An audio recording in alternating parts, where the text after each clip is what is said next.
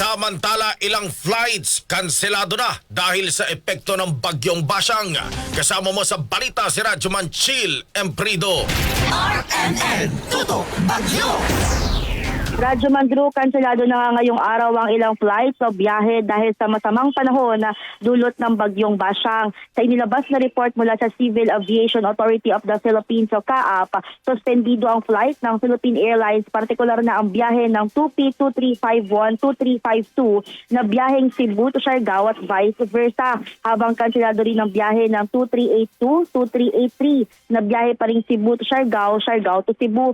Kinansela rin ang biyahe dahil sa masamang panahon ng flight 2P2875 at 2375 na biyaheng Clark to Siargao, Siargao to Cebu.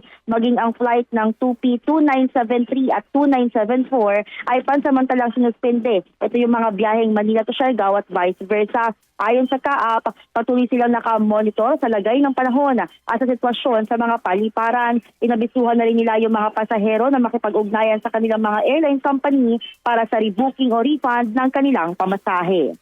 Kasama mo sa DZXL RMN Manila, Radyo Chill Emprido, Tatak RMN. RNN Network News.